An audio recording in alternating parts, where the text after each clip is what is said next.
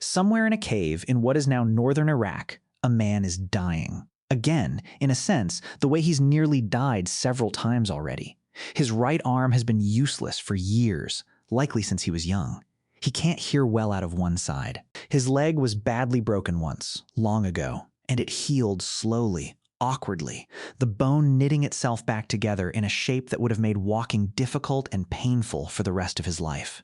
By any reasonable expectation for a Neanderthal living in a physically brutal Ice Age world, he should have died young. Instead, he lived into his 40s or 50s, an old age for anyone in his time, disabled or not. Someone fed him when he couldn't hunt. Someone protected him when he couldn't defend himself. Someone, for decades, decided he was worth keeping alive. Now, we're never going to find out that person's name. Archaeology can't hand us a birth certificate or a single named hero from 45,000 years ago. And if anyone tells you otherwise, they're guessing, not reporting evidence. But we can ask a better, answerable question. How far back does this kind of care, for someone who isn't obligated to you by blood, for a child who isn't biologically yours, actually go? And the honest answer might be older than our own species.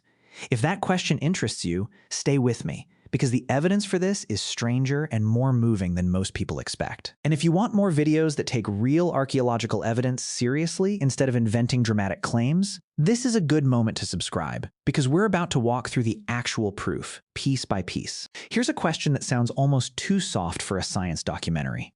When did humans start caring for children and adults who weren't their own?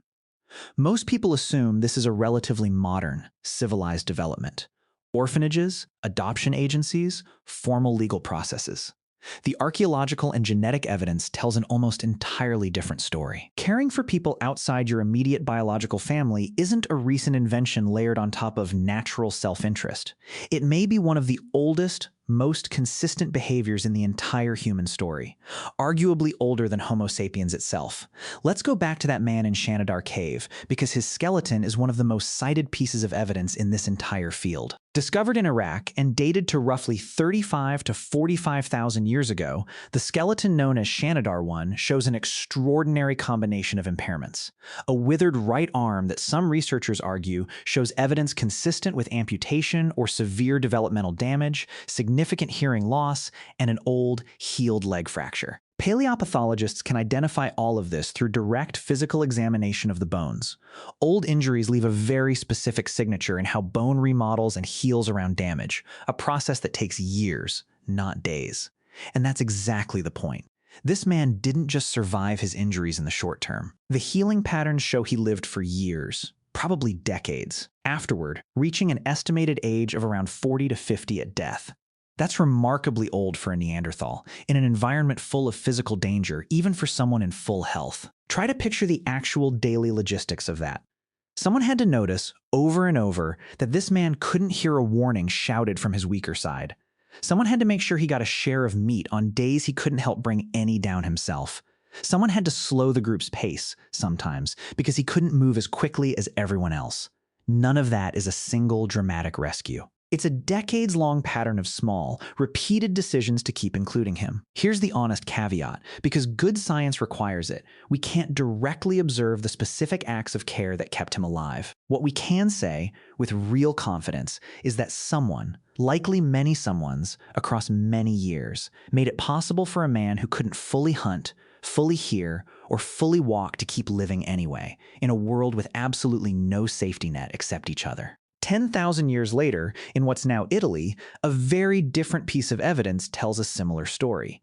The skeleton known as Romito II, found in Romito Cave and dated to the Upper Paleolithic, shows clear skeletal signs of a form of dwarfism, identifiable through the specific bone proportions paleopathologists look for. What makes this case so striking isn't just the disability itself, it's the burial. This individual was buried within the same group context as another member of the community, with no sign of differential or marginalized treatment compared to standard practice at the time. Many researchers read that as a quiet but powerful statement. This wasn't someone set apart, tolerated at the margins. This was someone fully included, in life and in how the group chose to honor them in death. Now here's a case that moves the story from adults to children, and it might be the most emotionally direct piece of evidence in this entire documentary. At the Windover site in Florida, dated to roughly 7,000 to 8,000 years ago, archaeologists identified the remains of a child with spina bifida, a congenital condition affecting the spine, visible directly in the shape of the vertebrae. Analysis of the child's growth shows they survived for several years with this condition. Think about what that actually required, day after day, for years. Carrying a child who likely couldn't walk independently, feeding them, protecting them, integrating them into the rhythm of a mobile hunter-gatherer community that had every practical reason to prioritize only what was immediately useful for survival. And they didn't. They kept this child alive anyway, for years, in small bones that still carry that story today. So why does this pattern show up again and again across such different times and places? Part of the answer is written into human biology itself. Comparative studies of primates show something genuinely unusual about our species.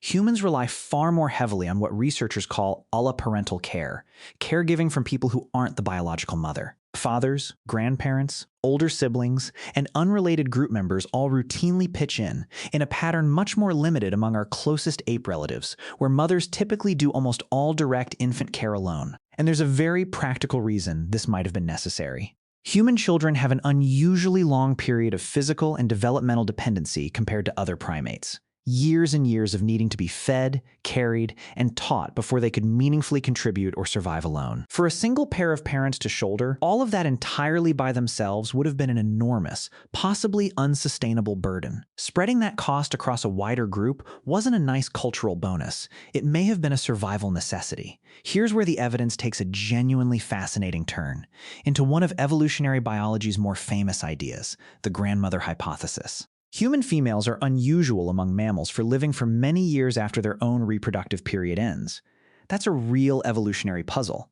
Why would a body be selected to keep going, healthy and active, long after it can no longer directly produce offspring? One influential explanation proposes that grandmother's caregiving, helping feed, protect, and teach grandchildren, measurably improved those grandchildren's odds of survival, meaning natural selection may have favored a longer post-reproductive lifespan specifically because of the care those additional years made possible. This isn't the only explanation on the table, and researchers are still actively debating it against competing models.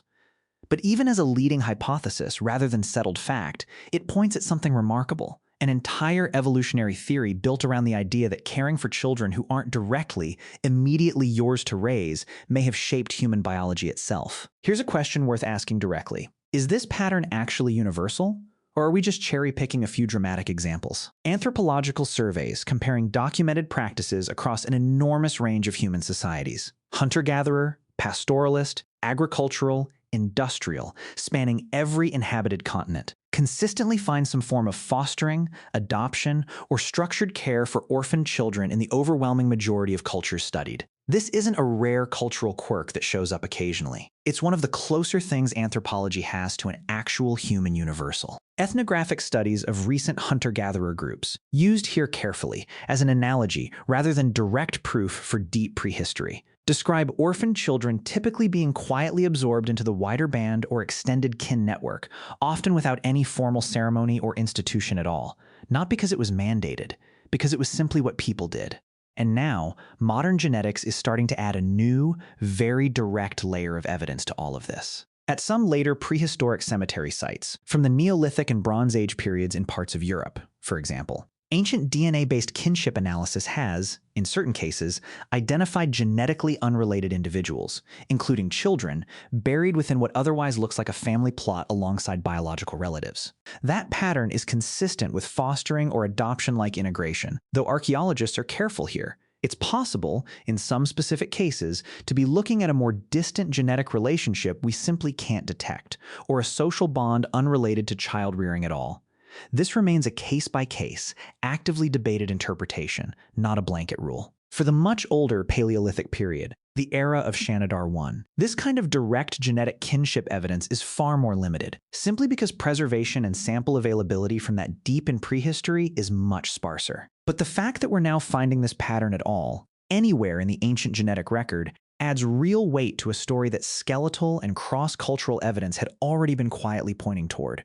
It's worth pausing here for a modern comparison, because the contrast is genuinely striking. Today, caring for a child who isn't biologically yours often involves paperwork, legal adoption processes, background checks, formal fostering systems, sometimes years of bureaucratic review. None of that existed for the people who cared for Shanidar 1, or the Windover Child, or whoever quietly took in an orphan child in a hunter-gatherer band 10,000 years ago. There was no office to file a form with. There was only a group of people deciding, together, without any external authority telling them to, that someone else's child, or someone else's injured, struggling adult, was worth the cost of keeping alive.